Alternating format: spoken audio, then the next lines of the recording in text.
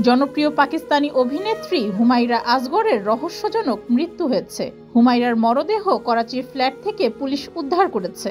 ধারণা করা হচ্ছে ফ্ল্যাটে তার মরদেহ 2 সপ্তাহ ধরে পড়েছিল। 2024 সাল থেকে ফ্ল্যাটটিতে ভাড়া দেয়া বন্ধ করে দিয়েছিলেন হুমায়রা। ভাড়া না দেওয়ার কারণে বাড়িওয়ালা হুমায়রার নামে মামলা দায়ের করেন। মামলার আদেশ কার্যকর করতে এসে ফ্ল্যাটের ভেতরে তার গলিত মরদেহ দেখতে পাওয়া যায়।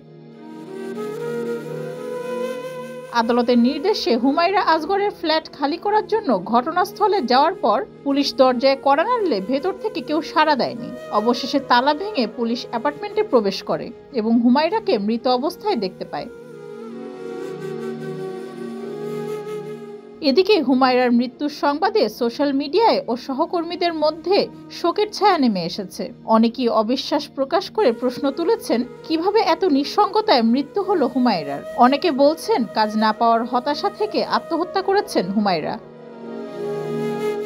ডেস্ক রিপোর্ট, যুগের চিন্তা।